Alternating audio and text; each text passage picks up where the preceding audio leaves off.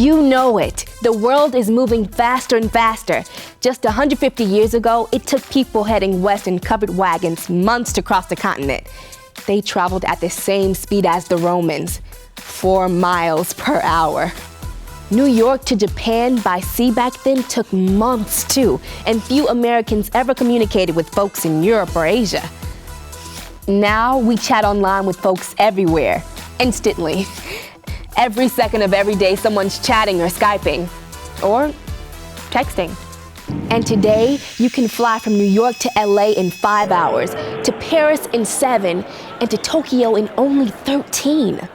We live in a globalized, instantaneous world that presents amazing opportunities for all of us. We can do things our parents never dreamed of, and we'll face challenges our parents never had to face.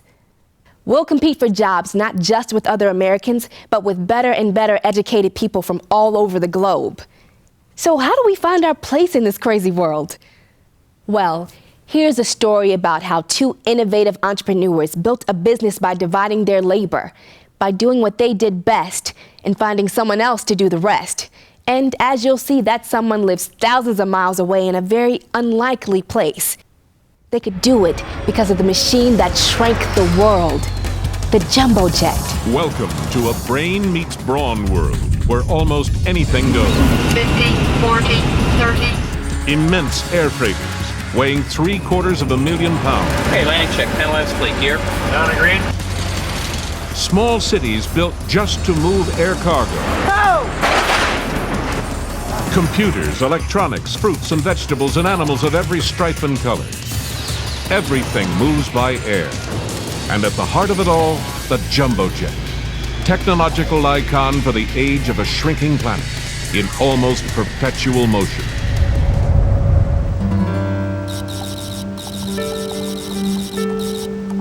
In just a few hours, 47 prize-winning thoroughbreds will begin a 6,200-mile journey to new homes in Hokkaido, Japan. The Considine Farm in Lexington, Kentucky is one of the largest thoroughbred import-export quarantine facilities in the world. Dan Considine is the man in charge here.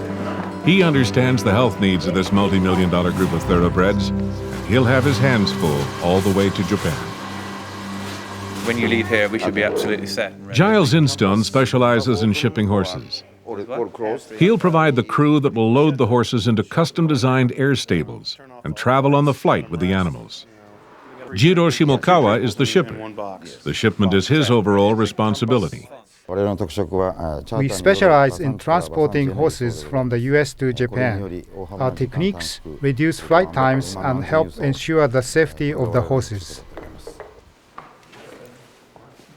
A USDA vet examines each of the 47 thoroughbreds. Fasta is 7 years old. She is pregnant with her first foal and has been sold to Shadai Farm in Hokkaido for $625,000. Quite a few of these horses are world travelers. Some were born in a lot of different countries, England, Ireland, France, New Zealand, Australia. A lot of these have already been on aircraft. It doesn't really bother me. It's now time to move the horses into specially designed air stables for their 14-hour flight to Japan. Horses are flying every day of the week somewhere in the world, and certainly domestically within America, we're flying them 5 nights a week every week, so you can guarantee that there's a horse flying somewhere all the time. It's very big business now. The air stable floors are covered with dust-free wood shavings. They prevent urine from corroding aircraft parts and give the horses some extra traction. That's it. It's not dangerous to ship mares that are only 6 or 7 months in foal, and the maximum that any of these is in foal is 6 or 7 months.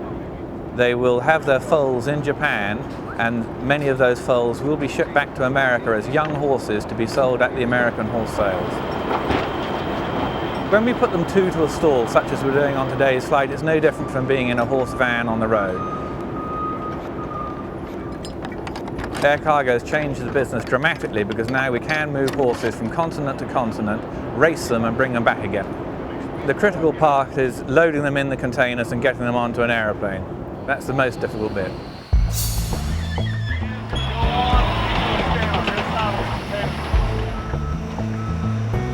For a horse, riding a scissor lift is like a child's first elevator ride. Since it can be unsettling, every air stable goes up with an attentive groom inside. Within an hour, loading is complete. After almost 20 hours of constant work, the team is finally ready to depart. But the riskiest part of the trip still lies ahead. For the horses, takeoff is critical. Let's go.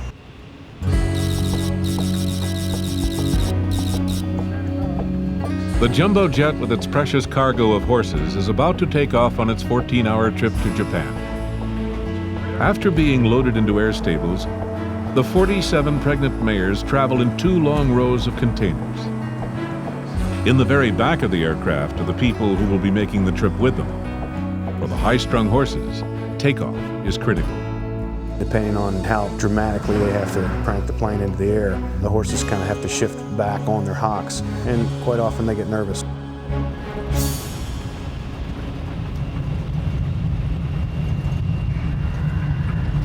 The wide-body MD-11 begins its takeoff roll. The pregnant thoroughbreds can feel the aircraft moving. And for Dan Considine, it's the most anxious moment of the flight. The takeoff roll is long, smooth, and gradual. Moments after liftoff, the team members are out of their seats. They break out the oxygen bottles. Although the entire cabin is pressurized, there are no oxygen masks to descend from the ceiling as on passenger flights. If the cabin were to lose pressure, the team would have less than a minute before they'd pass out. They will never be far from a bottle of oxygen while working with the horses. Right after takeoff, we check on them, make sure they all handle takeoff okay, and then we let them settle for a few hours. It's time for the beverage service. And a light meal of easy-to-digest Timothy hay. Later in the rear of the plane, meal service is a cold one. Self-serve, leftover fast food, sandwiches, and cereal. The temperature is kept in the mid-50s. It's comfortable for the horses, but for the humans, it will be a chilly flight. Stand Squawk 2000, NIMB, contact Tokyo, primary 13273, secondary 8951. Well, we're over the North Pacific. It's quite an inhospitable environment, but we have the best navigation known to man pretty much on board. Several times through the flight, Dan Considine must treat some animals with medication. He gives them the same medicine that they get at home. Kirby Song has a bad ankle, and to keep her comfortable, we'll give her Butte, which is similar to aspirin. And we'll give her GastroGuard as well, which is for her stomach. On the entire flight, only one animal is tranquilized. At last, Dan has a few moments to catch a quick nap. He and his crew have been working for over 36 hours straight.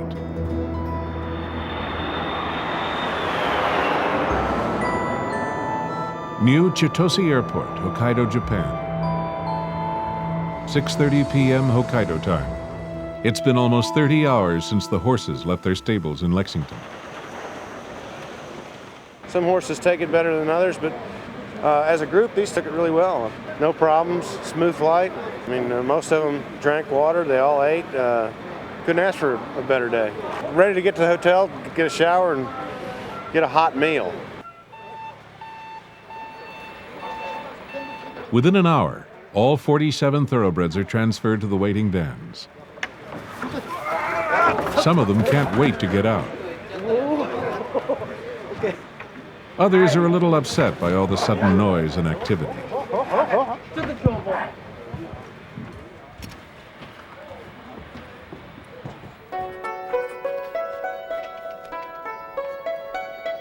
Their new home is at Shadai Farm on the northern island of Hokkaido.